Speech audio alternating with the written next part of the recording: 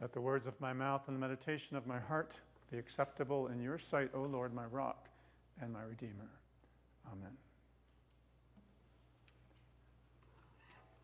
So I want to begin with a premise today, which is that there is a God who is all-loving, all-wise, all fully present and engaged in our life, and all-powerful, and wanted to create others to love so that they could connect with us and make us eternally happy, all of God's creation. And there is a system that the Lord created within which we can be happy forever. And when we get in touch with that system and live by it, things start to go well for us. But when we don't, things go poorly. Even worse, when we see it and we know it and we ignore it. And the children of Israel lived under a similar premise, which is they were promised the land of Canaan, that God would protect them and care for them and lead them to a land flowing with milk and honey, a wonderful place. If they obeyed the Lord, they would prosper. If they disobeyed the Lord, they would perish. They were supposed to dwell in Canaan. That's the story of our spiritual life, that we are to be led to that heavenly place. That's what the Lord's hoping for us. That's our true home, our true goal. So as we know, these stories are about us. It's a mirror for us to look at ourselves and see where we land and how we're cooperating or not cooperating with what the Lord teaches. Now, there's a part of us that wants to follow the Lord, that wants to live in faith and charity, and that's pictured by the children of Israel. And as we know from our own experience, it's not a smooth course to get there. It takes a journey, which is what this story is about. But instead of being in the promised land, they ended up in Egypt. Egypt pictures worldly knowledge or human intelligence. And Pharaoh, who kept them there, pictures the children of Israel, pictures our ego, our sense of self-importance. We're thinking of all that we need to become wise, we can learn from ourselves, and we don't need the Lord. And we become in bondage to self-interest or fulfillment or worldly interest and satisfaction. So our higher nature ends up in bondage to desires of the lower self, and we get stuck. And we all do at different parts of our lives in different ways, maybe severely, maybe in a minor way. But there's a way we get stuck paying attention to those things. This story is how the Lord leads us out of that. So how do we get out? Well, Moses is a symbol for the Lord's divine law, or the Lord's presence with us. A divine law or truth that can set us free, that can turn this situation around. And so the Lord calls Moses on Mount Horeb from the burning bush to free the children of Israel from slavery. And that symbolizes the invitation we all get to free our higher faculties by means of revelation, to be led to a different place through the Lord's divine truth. So in the story, Moses and Aaron, they do confront Pharaoh and say, "Let my people go so they may serve me in the wilderness." And the people are willing to follow Moses and Aaron, but Pharaoh says no. So we see two sets of cause and effect. We see the Israelites who listen to Moses and Aaron, and they are slowly set free from bondage. Then we have the Egyptians, led by Pharaoh, who don't listen, and their world slowly crumbles. So we see illustrated in the story the freedom that comes when we do follow the Lord, and what happens if we ignore the truth, ignore the warning signs and the wonders, so to speak, and we follow ourselves instead of following the Lord. And all these destructive plagues occur, and they illustrate our progression if we follow that path towards increasingly more tragic states of pain and disorder and unmanageability. So anyone who's suffered at the hand of an addiction could attest to what this is talking about. Any of us have struggled over time with a bad habit where you try to change, but you can't get out of it, can't move from it. And our choices and our own behavior bring that pain upon us. And that's a really important point that the Lord makes very clearly, is that these things are not punishments from God. When bad things happen, the Lord is not punishing us. He's incapable of that. It's totally against his nature. He's not even able to turn his face away from us and frown upon us in disappointment. It's not possible. So evil or disorder brings its own punishment. But the Lord is always gently trying to lead us to leave that pain of self-centeredness and that trust in ourselves and leave Egypt behind. And sometimes the Lord has to permit us to experience pain and hurt so that we wake up and turn our life around. When the Lord does permit it, he does not cause it. The hells cause it, but the Lord might permit it if he can cause good to come from it. He doesn't stop it because of his end, which is our salvation. So I know these plagues look like, and the words in the plagues sound like the Lord is sending this punishment on Pharaoh and on Egypt. The Lord is doing this. The Lord is destroying them. It's a picture of how we destroy ourselves if we don't listen to the truth when we know it. Well, what does the Lord do? The Lord does send truth to us. He does send Moses to us. He reveals eternal truths to our mind. As the writings say, there are 4 warnings of every kind, or proofs of the truth. And in the text, you see that initially the Lord calls them signs and wonders. I will give my signs and wonders to you, which the Israelites thought, this is really great. These are signs and wonders. But the Pharaoh, these are plagues. So it depends on our perspective.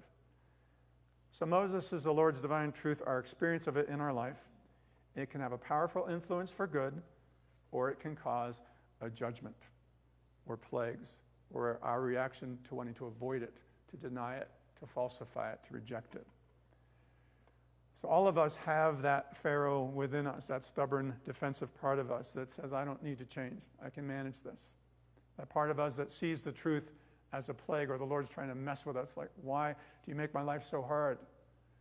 Why do you tell me I can't do this when I really want to do this? So we see it as a punishment.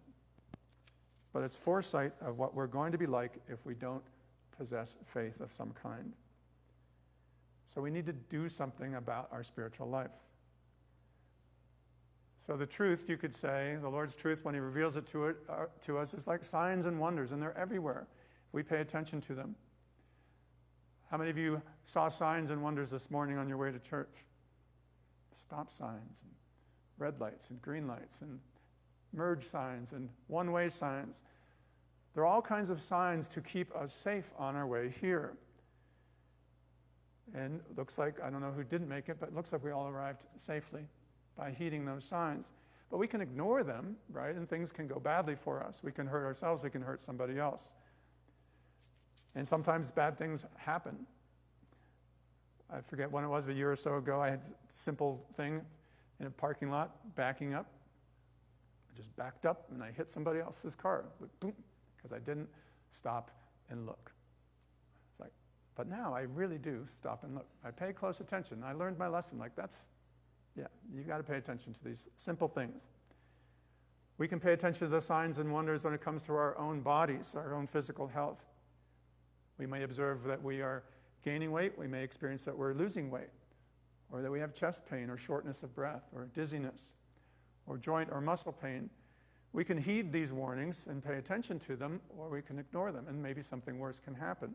But hopefully we do pay attention to those simple things and go, oh yeah, I need to make some adjustments, or I need to see somebody. How many times when you're hiking you see a sign that says dangerous or loose rocks or something like that, and you just go, oh, that's fine, I'll just go down that path. We should heed the warning and pay attention. They're there for a reason, to prevent us from hurting ourselves. Or how many of you, when you go to the ocean, it says strong undercurrent, undertow, do not swim today, red flag warning, and you go, that's fine. I know some people that do that, but we have a choice. We can stay out or we can go swimming. Something bad could happen, but the warning is there. I find the advertisements on TV for different drugs very interesting. You could say there's signs and wonders of how this drug could really help you if you have high blood pressure maybe, or if you have psoriasis or Crohn's disease. If you take this, you could be healed. But there's also the fine print. These list of minor plagues. It begins with, well, you could have a headache or nausea or a dry cough, or maybe you'll have dizziness or fatigue or swelling of your face or tongue, or you might have anaphylactic shock in some cases, or kidney impairment, or I love the one that says death in some cases. Like, well, I don't think I want to take that drug. I will heed this as a warning sign that I shouldn't do that. But like plagues, they can increase in severity if we don't pay attention. So we all have bad habits, and we can probably keep them, we think, and get away with it, indulging in them for a while. And you maybe have negative side effects that start to show up, and you might start to think, I need to stop. Yet we keep going back to it. You can imagine someone who drinks too much, and maybe they're doing a really good job of managing that, right? They're a highly functional drinker, you might say. They're highly functional. But it begins to impact their work, begins to impact, they're late, they're tired at work, they're not as productive as they used to be, they make mistakes. Maybe they get a DUI, and that wakes them up for a little while. Or worse, they get in an accident and injure someone or kill someone. You see how if we don't heed the early warnings, things can get progressively worse. Or maybe they get in an argument with their spouse and they end up hitting them. We hear about these things happening because people don't heed the warning signs and get help in some way. So the Pharaoh in us is like, even in the first plague, all right, I don't like this. You can leave, but then he changes his mind. A little time passes, maybe your hangover dissipates, and it's like, well, that's okay. Or I didn't get caught cheating this time, so it's probably okay that I can keep on this path. Our heart is hardened, we don't let go. And that part of us, pictured by Pharaoh, sees it again as God punishing us.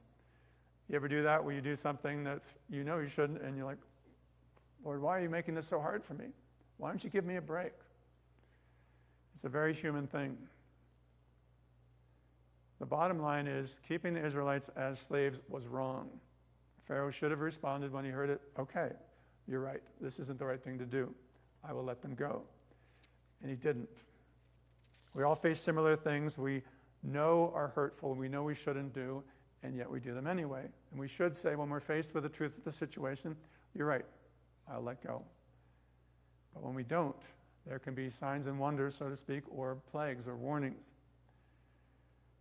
So I want to look at some of the plagues, what they picture. Not all of them. There's over 300 pages in the Arcana Celestia or Heavenly Secrets that talk about the meaning of these plagues. So if you really want to dig into it and know all the details, you can do that. You'll be reading for a while, but there's lots of stuff there.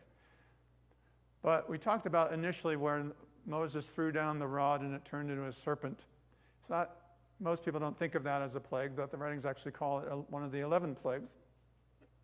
That serpent pictures our senses, and when we let go of the truth, we don't think about the truth as it responds to our life. We think about it, we let go of it, we get caught up in all kinds of illusions and falsities that affect our thinking.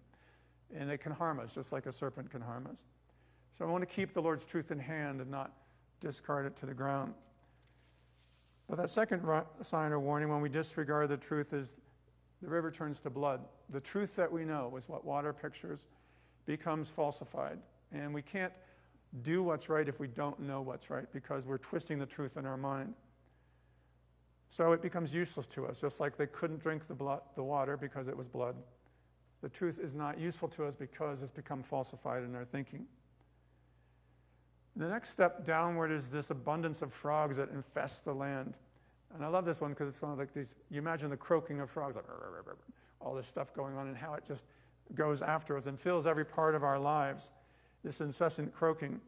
And those picture the reasons we come up with, the excuses we come up with. They're just like, I could do this. It's like, you've probably had that feeling before. And the excuses just come to mind. They infest everything. It says that they're in the people's beds, they're in their ovens, in their kitchen, in their plates, in their bowls. They're everywhere. And when we disregard the Lord's truth, the excuses for why it's okay just keep coming. It's like effortlessly, and they're just croaking in our head. We can justify anything. You'd be amazed what you can justify if you're on that track. But what's interesting, too, about these is the magicians could duplicate these early plagues. The magicians of Egypt could do the same thing. So Pharaoh was not that impressed. Like, yeah, so what? My magicians can do the same thing. The craftiness of our ego or our self-intelligence tricks us into thinking that, yeah, I can figure this out. We see excuses as true and as valid. That's how steeped we become. If we drink too much, we might say, well, I have a lot of pressures and I drink to relieve stress, so it's okay. Or my life is manageable, it's no problem for me, I can handle it. But later it starts to fall apart and to get to the point where we can't deny it any longer. And the magicians warn Pharaoh after the next plague, it's like, we can't do these. These are beyond our power. Alarms go off and we start to think, I can't get out of this. I will get out of this. Pharaoh likes to think he can get out of it, but the magicians know better. You know, when the hangover lasts, we may make promises like, I'll never do that again. Or while the shame over the behavior is fresh, we make promises like, I'll never do that again. How many oaths do we make like that of, this will be the last time that once the pain dissipates, it's like, just like when the frogs are cleaned up, it's like, oh, it's not so bad. And we go back to it again. And then the flies. I don't know what it is about this time of year, but this sanctuary gets filled with dead flies. They come in here. You don't see them because they've been vacuumed up, but there's a plague of flies that occurs here. But flies, you ever had that fly just buzzing around you? Or at this time of the year, they seem to come in because it's warmer inside. Or if you have a wound, they keep coming to it and keep coming to it. They picture those obsessive thoughts that start to get in our mind, and we just can't get rid of them. And the writings say this, it's a very interesting thing that says, when we connect with a particular bad behavior, that hell that's connected with it does not give up, but startlingly persists in causing you to think about that evil, first of all, now and again, then as often as anything related comes along, till at length it becomes what governs you all the time. Those obsessive thoughts just keep going and keep coming, like that fly just keeps coming and coming. It gets harder not to think about it. We become obsessed about it. And then there's the pain of it too, the boils on people and on beasts. You know, you can sort of skirt that fine edge of, I won't go really into this disorder, but I'll just kind of walk along the edge and indulge a little bit, but not really go in. But if you go too far, the pain is going to come. And that pictures the filthiness that results from choosing evil, the fallout, the pain of disorder.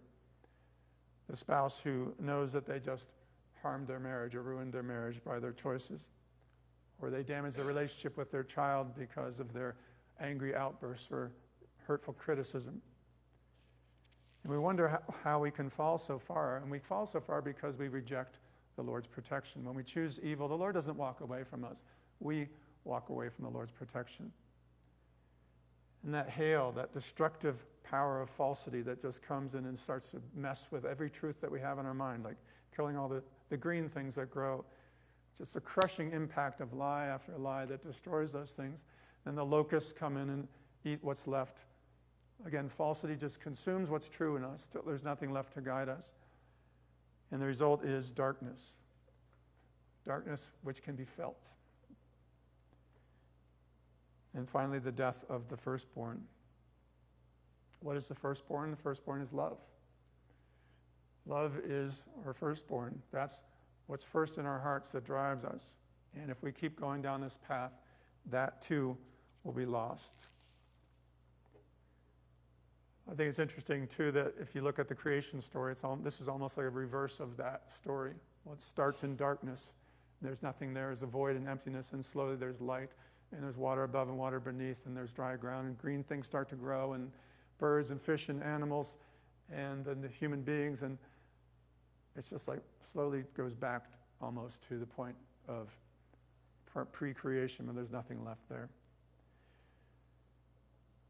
So pay attention to the warning signs. They're here to help us. They're not punishments from the Lord. We always have the chance to do the right thing.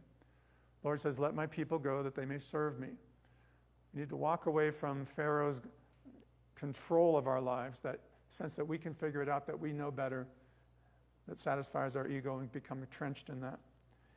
And I know these things are a little depressing, but it's a useful reality to pay attention to.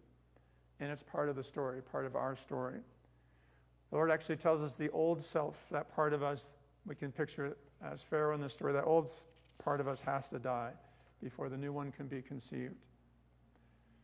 So let's not go down that road. Let's try to listen to the Lord's word when it comes to us and it has things to say. Let's pay attention. Remember, the Lord, who's all-powerful and all-loving and all-wise, created you from love to be happy for eternity, and is working with all of his powers to help us to find our way to that happiness. We need to look within and find what's stubbornly, selfishly, habitually keeping us under lock and key. Ask the Lord to lead you. Ask the Lord to help you. In the Gospel of Luke, the Lord says, "Do not fear, little flock. It is your Father's good pleasure to give you the kingdom." The Lord wants us to have all the happiness possible. So in a moment, we will have the opportunity to be invited forward for the Lord's Holy Supper. And that's a chance to step forward and choose a closer relationship with the Lord. The Lord is said to be fully present in the Holy Supper with all of his redemption, all of the spiritual gifts that he wants to give us. And he's conjoined with us if we're regenerating. He's close to us if we're still working on it, but he's close. Come be close to the Lord this morning. Accept that invitation to receive his spiritual food and drink that is our spiritual food and drink. So we'll prepare that in just now and invite Peter forward.